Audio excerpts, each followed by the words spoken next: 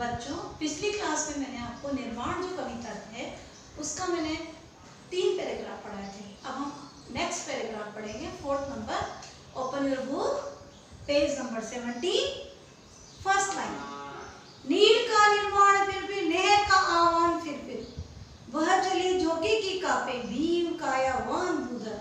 सबसे पहले बच्चों आप अंडरलाइन करेंगे भीम। भीम मीन्स बड़ा, और भूधर किसका पर्यायवाची है? पर्वत का। जड़ समेत उखड़ पुखड़ कर गिर पड़े टूटे विटप। विटप किसका पर्यायवाची है? वृक्ष का। तो इसको भी आप अंडरलाइन करेंगे। अब मैं आपको स्टार्टिंग की जो 2 लाइनें हैं उनका भावार्थ समझा रही। नीड़ का निर्माण फिर नेह का आह्वान फिर।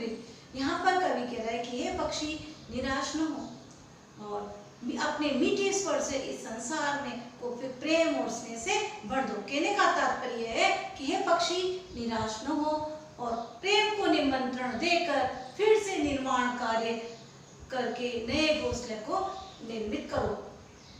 वह चले झोंके की कापे, भीम कायावान भूधर। यहाँ पर कह रहा है कवि कि रात्रि में जो आंधी आई वो इतनी भयंकर और विनाशकारी थी कि बड़े आकार वाले पर्वत भी क्या हुए? हिल गए। और पर्वत ही नहीं हिले बल्कि बड़े बड़े जो वृक्ष थे वो जड़ सहित उखड़ गए और उखड़कर नीचे गिर गए। हाय तिनकों से विनिर्मित घोंसले पर क्या बीती, जब बड़े बड़े वृक्ष जड़ सहित उखड़कर नीचे गिर गए और भीम काय जो पर्वत थे वो क्या हुए? हिलने लगे, कांपने लग गए। तो तिनकों से निर्मित घोंसले पर क्या बीती होगी। तो इतना जब तूफान मचा तो क्या तिनकों से बने घोंसले कैसे बच सकते हैं? वो भी तो नष्ट हो गए, क्योंकि वो नष्ट होने से कैसे बच सकते हैं। कवि का कहने का तात्पर्य है कि इतनी तेज आंधी आई, इतने तेज झोंके आए कि जो भीम काय पर्वत है वो भी कांपने लग गए और बड़े बड़े जो वृक्ष थे वो जड़ से ही उखड़ गए। जब बड़े बड़े वृक्ष जड़ से उखड़ गए, पर्वत कांपने लग गए, तो फिर तिनकों से बने घोंसले नष्ट होने से कैसे बच सकते थे? अर्थात घोंसले भी नष्ट हो गए। नेक्स्ट लाइन देखेंगे आप। डगमगाए जबकि कंकड़ ईंट पत्थर के महल, बोल आशा के विहंगम किस जगह पर तू छिपाता, जो गगन पर चढ़ उठाता। अब यहाँ पर जो है कवि कह रहे हैं कि कंकड़ पत्थर और ईंट से बने मजबूत महल भी जब डगमगा गए और इतने विनाश होने पर भी आशा रूपी पक्षी तू कहाँ छिपा हुआ है।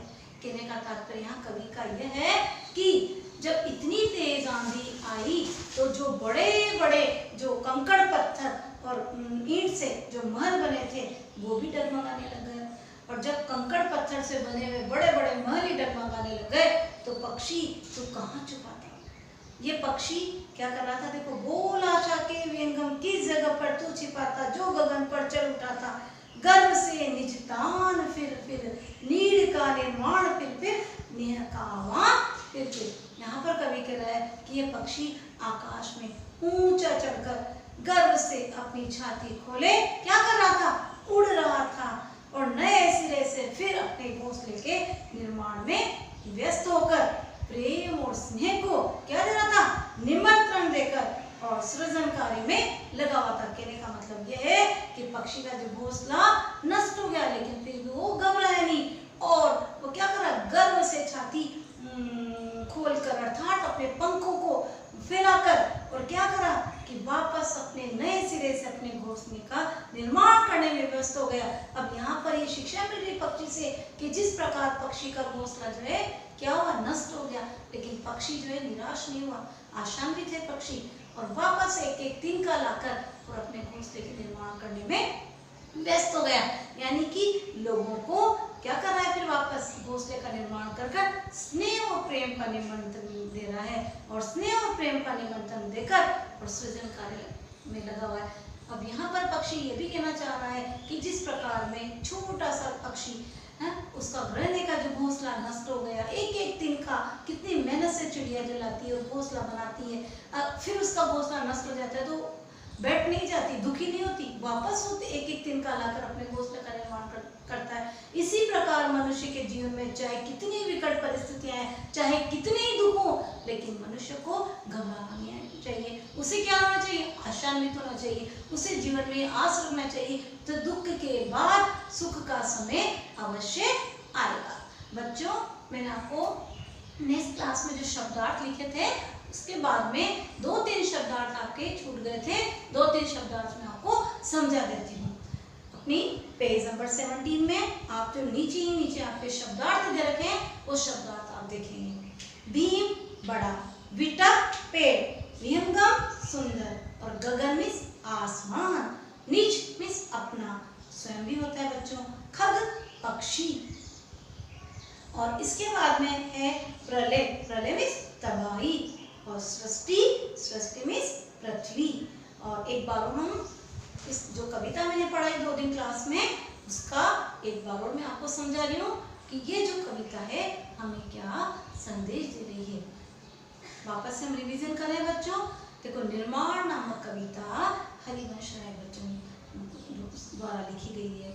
ये जो कविता है हमारे जो पाठ निर्माण 3 से है, और इस कविता के कवि हरिवंश राय बच्चन जी हैं, और इस कविता के माध्यम से कवि ने संदेश दिया है कि जीवन की हर परिस्थिति में क्या रहना चाहिए? आशान्वित रहना चाहिए।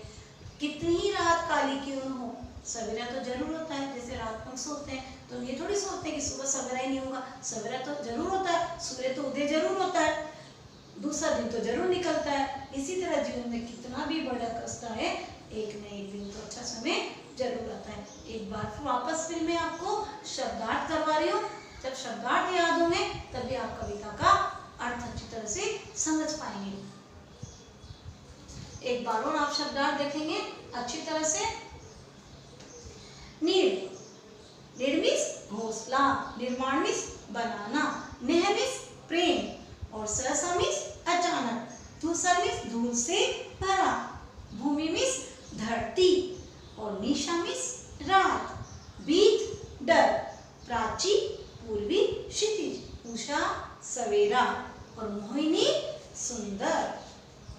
भीम बड़ा, और विटा पेड़, वृक्ष तरु, ये सब इसके पर्यायवाची हैं। विहंगम सुंदर, गगन आसमान, नभ भी लिख सकते हैं, निज अपना या स्वयं, खग पक्षी, प्रलय तबाही, और सृष्टि पृथ्वी। बच्चों, मैंने आज आपको जो है कविता के पेज नंबर 17 कविता के 4 पैराग्राफ पढ़ा दिए। बाकी जो पैराग्राफ है मैं नेक्स्ट क्लास में पढ़ाऊंगी, और जो मौखिक वाले प्रश्न है वो आपको मैं नेक्स्ट क्लास में कराऊंगी।